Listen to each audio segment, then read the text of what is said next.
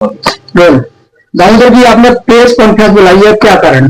देखिए, आप सबको मालूम है ग्वालियर हाईकोर्ट परिसर के अंदर भारतीय संविधान के निर्माता बाबा साहब की स्टेच्यू लगने का जो मामला है, कुछ मनुवादी लोगों ने अनावश्यक रूप से उसको विवाद के घेरे में खड़ा कर दिया है।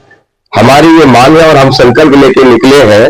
नागपुर गए थे दीक्षा भूमि, और दीक्षा भूमि से संकल्प लेके निकले हैं कि 15 मार्च के पहले या तो मोहन यादव की सरकार स्टेच्यू को लगा दे, नहीं तो हम लाखों की संख्या में संकल्प यात्रा के माध्यम से ग्वालियर पहुंचेंगे और बाबा साहब की स्टेच्यू लगाने के लिए बेबस होंगे।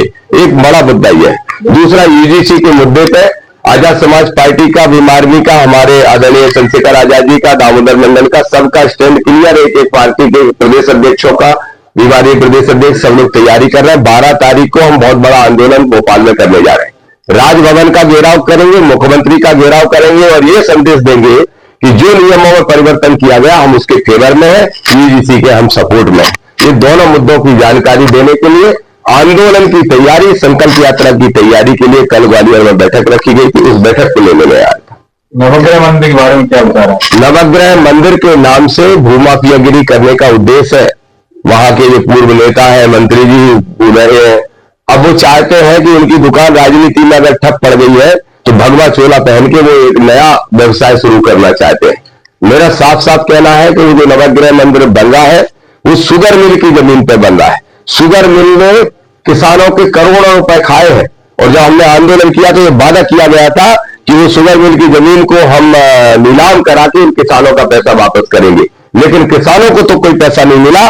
वो नरोत्तम मिश्रा जी ने कोई ट्रस्ट बनवा के और अपने लोगों के नाम दान पत्र लिखवा लिया। आप ही बताइए, अगर आप घर के किराएदार हो तो क्या किराएदार किसी जमीन की रजिस्ट्री पे, किसी प्लॉट की रजिस्ट्री किसी को कर सकता? किसी मकान की लीज पे दी हुई जमीन के दानदाता कोई हो नहीं सकता। सरकार को जमीन मोहन यादव को वापस लेना चाहिए, और अगर फिर भी मंदिर बनाना है तो सरकार पहले वापस ले ले, फिर लीज पे दे दे। लेकिन बेहतर होता कि नरोत्तम मिश्रा ये मंदिर फंदिर बनाने की बजाय कोई स्कूल या यूनिवर्सिटी या कॉलेज बनाते तो हम उनका सम्मान करते। अभी लखनऊ बड़ी बैठक की जीएसटी में मायावती ने कहा कि ब्राह्मणों को वो पार्टी में लेकर के आएंगे। वो लाए, वो तो पहले भी लाती रही है, वो खूब लाए, हमें कोई दिक्कत नहीं। हम किसी जाति वर्ग के विरोधी नहीं है, वो खूब पार्टी में लाए, खूब लड़ाए।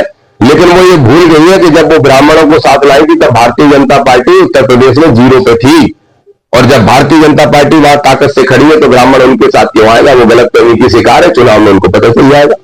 जब है आपके कार्यकर्ता का पहले से लगाई गई है, नहीं, हमारा कार्यकर्ता मैं नहीं जानता उनको जिन पर लगाई गई है, लेकिन मैं इस तरह की घटनाओं का समर्थक नहीं हूँ।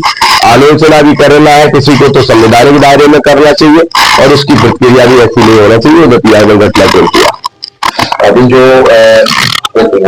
पंडित उपाधि होती है, ब्राह्मण जाति होती है, आपका क्या मानना है? मेरा ये मानना है कि पंडित अगर उपाधि है तो उसके लिए विरोध सबको करना चाहिए। पंडित मतलब एक विद्वान, मैं तो यही जानता हूं। लेकिन एक जाति को ये दिक्कत क्यों हो रही है? और अगर जाति को दिक्कत हो रही है तो जाति को सबको लेकर आंदोलन करना चाहिए कि विद्वान को अपमानित करने के लिए नाम रखा गया है। लेकिन जो लोग विरोध कर रहे हैं वो कह रहे हैं कि घूसखोर ब्राह्मण शब्द का यूज हुआ है। मैंने कहा नहीं, ऐसा तो मैंने नहीं देखा। और अगर हुआ है तो नीरज पांडे उस फिल्म के निर्देशक है, और नीरज पांडे है क्योंकि ब्राह्मणी समाज के हैं। मनोज वाजपेयी फेमस एक्टर है, बहुत अच्छे एक्टर है, वो उसमें लीड रोल कर रहे हैं। तो अगर एक वाजपेयी और पांडे ही घूसखोर पंडित बनाएगा तो उसमें हम क्या कह सकते हैं? फिल्म बनना चाहिए, फिल्म रिलीज भी होना चाहिए, हम देखेंगे, फिर निष्कर्ष पे पहुंचेंगे। आपकी पार्टी बात कर रहा का मुख्यमंत्री घेराव कर रही। देखिए, 50,000 का लक्ष्य है और हम उम्मीद करते हैं कि इतनी बड़ी संख्या में लोग पहुंचेंगे, मध्य प्रदेश की सरकार को घेरेंगे और भोपाल में राजधानी की सड़कों से सुप्रीम कोर्ट तक ये संदेश पहुंचाएंगे। जब 3% लोग ये संदेश पहुंचा सकते हैं कि नियम गलत बने, तो हम 90% ये संदेश नहीं पहुंचा सकते क्या? कि नियम सही बने, हमारा सुरक्षा कवच है और रहना चाहिए। Thank you.